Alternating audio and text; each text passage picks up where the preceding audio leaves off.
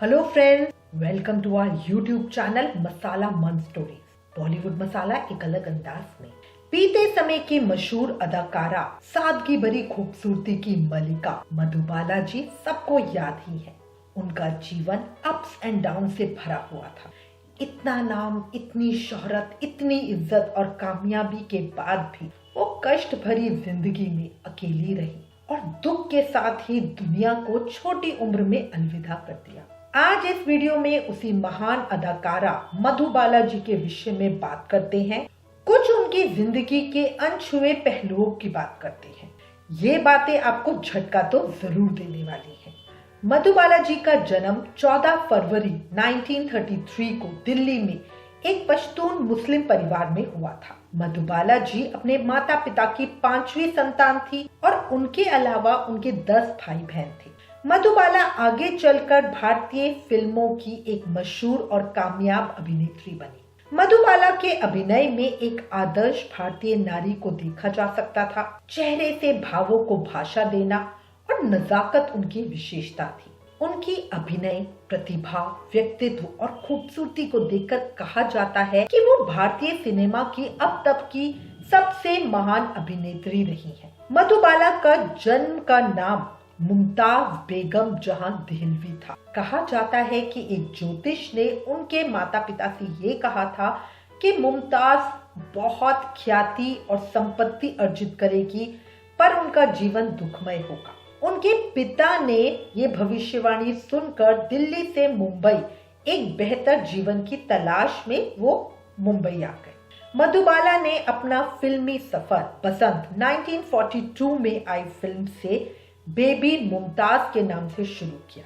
देविका रानी बसंत में उनके अभिनय से बहुत प्रभावित हुई। इसके बाद उनका नाम मुमताज से बदलकर मधुबाला रख दिया। उन्हें बॉलीवुड में अभिनय के साथ साथ अन्य तरह के प्रशिक्षण भी दिए गए। केदार शर्मा की फिल्म नीलकमल जो 1947 में आई थी, उसमें उन्हें पहली बार मुख्य भूमिका लीड रोल निभाने का मौका मिला। इस फिल्म में उन्होंने राज कपूर जी के साथ एक्टिंग की। इस फिल्म के बाद उन्हें सिनेमा की सौंदर्य देवी कहा जाने लगा। इसके 2 साल बाद बॉम्बे टॉकीज की फिल्म महल में उन्होंने एक्टिंग की।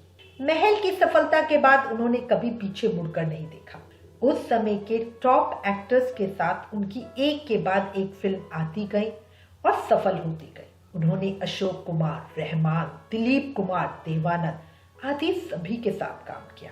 पर समय की विडंबना, 50 के दशक में उनकी कुछ फिल्में फ्लॉप हुई। मधुबाला के पिता ही उनके मैनेजर थे और वही फिल्मों का चुनाव भी करते थे। मधुबाला परिवार की एकमात्र ऐसी सदस्य थी जिनकी आय पर ये बड़ा परिवार टिका हुआ था। इसलिए इनके पिता परिवार के पालन पोषण के लिए किसी भी तरह के फिल्म का चुनाव कर लेते थे और इसी से उनकी कुछ फिल्में असफल हुई। पर मधुबाला ने खुद हार नहीं मानी और 1958 में उन्होंने अपनी प्रतिभा को पुनः साबित किया। इस साल आई उनकी 4 फिल्में फागुन, हावड़ा ब्रिज, काला पानी और चलती का नाम गाड़ी सुपर हिट हुई। 1944 में फिल्म ज्वार भाटा के सेट पर उनकी मुलाकात दिलीप कुमार से हुई और वो मन ही मन दिलीप कुमार से प्यार करने लगी। उस समय वो सिर्फ 18 साल की थी और दिलीप साहब 29 साल के थे। मुगले आजम की 9 साल की शूटिंग के समय वो प्यार और गहरा हो गया। वो दिलीप कुमार से शादी करना चाहती थी, पर दिलीप कुमार ने इनकार कर दिया। मधुबाला को शादी के लिए 3 अलग अलग लोगों से प्रस्ताव मिले। वो सुझाव के लिए अपने मित्र नरगिस के पास गई। नरगिस ने भारत भूषण से विवाह करने का सुझाव दिया, जो एक विदुर थे।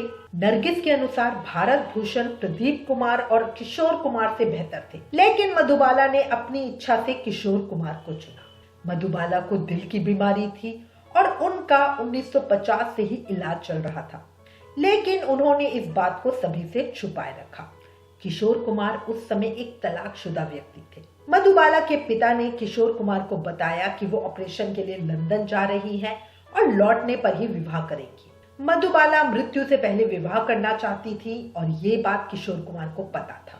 1960 में दोनों ने विवाह किया, लेकिन किशोर के माता पिता ने मधुबाला को कभी भी स्वीकार नहीं किया। हिंदी फिल्म समीक्षकों मधुबाला के अभिनय काल को स्वर्ण युग कहते हैं। खूबसूरती की धनी मधुबाला का 23 फरवरी 1969 मुंबई में सिर्फ 36 ईयर की उम्र में निधन हो गया। मधुबाला जी चाहे अब हमारे बीच नहीं है, पर उनका काम, उनकी फिल्में, उनकी यादें सदा हमारे दिलों में बसी रहेंगी।